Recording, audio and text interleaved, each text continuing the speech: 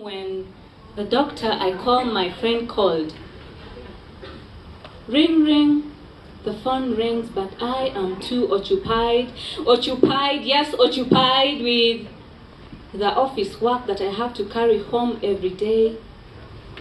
And it was 7 p.m. She was 7. She breathed her last breath, dead on a hospital bed because her mother, my sister from the West Nile, couldn't speak the English that the doctors knew, and I was too occupied to help the doctor, my friend, to translate her pain that the world couldn't understand when they said, let the best hospitals be in the better places where education seemed to be more enriched than in the rural areas where to walk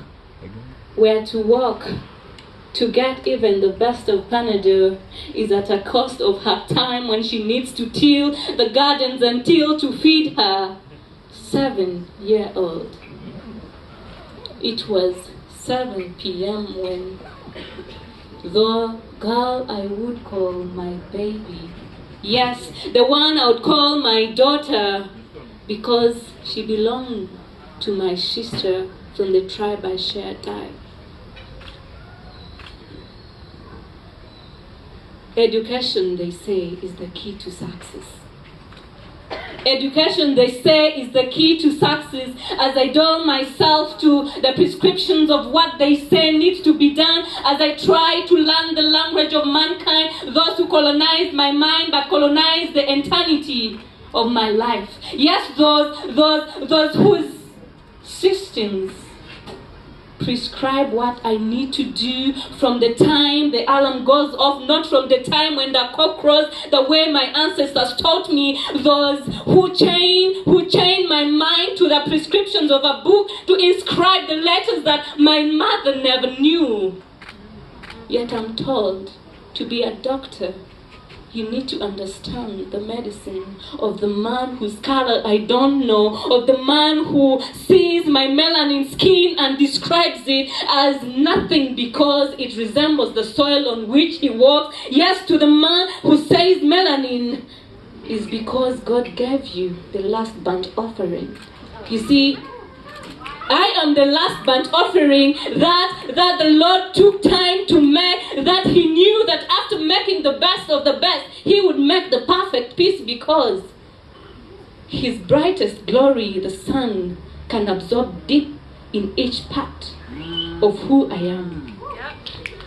So this education that betrayed my mother, that betrayed my sister, how do I transcribe this English that I speak eloquently, yet I fail to translate it to my little ones because generations to come, maybe my mother tongue will fade away. Generations to come, my grandmother will never understand what my great-grandchildren will know because the learned put a bridge between what humans know, what humans need to know, what humans should know, or what humans wish to know, never what humans used to know on the days when they transcribed our histories on the palettes of beautiful creation in the deep valleys, in the caves that we called home, when they transcribed histories on the pictures that they carved with their bare hands to make history known. Right now we make these discoveries. Yes, we say that the Nile was discovered by a white man, but where were my ancestors who lived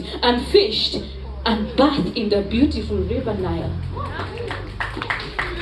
When they adventurous enough, when they discoverers of their true identity, when they, those who unearthed my motherland Africa. It was 7 p.m. She was 7 years old. She breathed her last. She breathed her last because of poison. Poison that the doctors could not get out because they could not understand the language she spoke. She spoke Madi. And my friend, the doctor, didn't know the language. He was the best of all. You see, I could say the poison killed her. I could say the poison that the enemy, she never knew the enemy, her mother never knew the enemy, her father never knew the enemy, who saw her glow, who saw her jump with joy, and in her illiteracy, the enemy who never saw her future, the enemy who thought that perhaps her innocence was too good for this world, the enemy who was too illiterate to understand the beauty in nurturing the offsprings of God, the enemy who never knew the beauty in seeing the golden girl who runs around in the world, the enemy who never knew that not knowing English for this mother can still preserve her daughter's life. You see, I talk of enemies.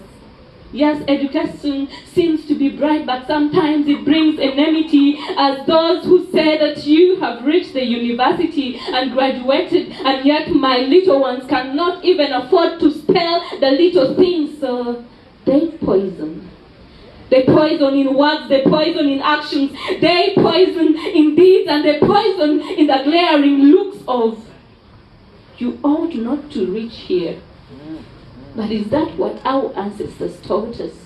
The stories when they told us beneath the mango trees as we enjoy the glorious fruits of Mother Nature.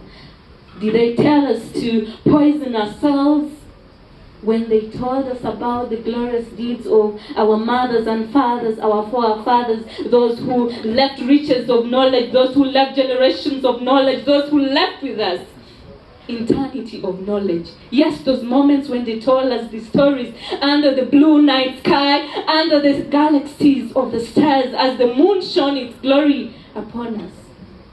Did they tell us to use education to poison ourselves? Yes, no, depending on how you see it. You see, they told me that education, when comes through, would enlighten me and give me better opportunities. But why did it segregate my best friend who I studied with in the rural village, that I cannot compare notes of life as I strive for the career life and he strives for the street life?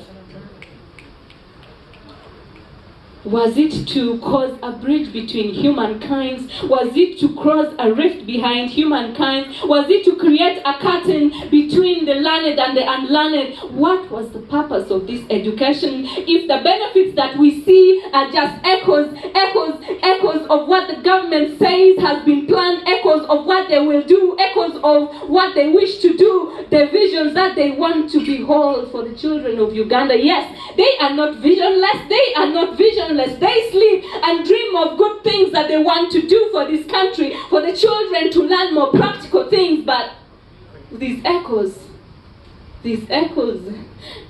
in my class where I can't see the beauty of a TV screen, where I don't know internet, where I don't know what to have first grade means, I hear the echoes. I hear the echoes of the Kampala children. I hear the echoes of excellence announced. I hear the echoes of good teachers. I hear the echoes of good buildings. I hear the echoes of shoes. I hear the echoes of writing and doing and speaking, but they remain echoes of goodness. What was the purpose of this education if not for the benefit of all those we call our citizens, if not for the benefit of all those we call our nation, if not all for the benefit of the children that we bore to bear the name of Uganda, if not for the benefit of the global goals that we say for quality education? What is the purpose of this education? She was 7. It was 7 p.m. when she breathed her last. And I keep asking, when will these visions bear fruit? When will these good dreams bear fruit? And when will it cover all the children of this nation, so that we know that there will be no barrier? They will all see that the purpose of this education is to bring the bridge better, to create a better world, to create an equal world, to bring us to the table that you make us aspire to bring us to the decision-making tables that you tell them as mentorship, to rise them up from the rock bottom to the high hills, to make their feet rise up and lift their heads high, to know that it's not just book knowledge, but the streets can afford life. and life for sustainability. They are not visionless.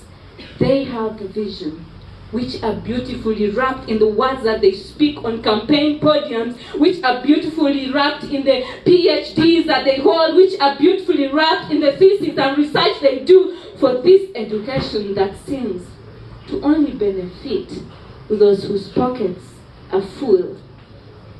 What about the majority that linger on the streets? It was 7 p.m. My girl, my sister's daughter, 7-year-old, passed away because of language barrier that this education system could not address.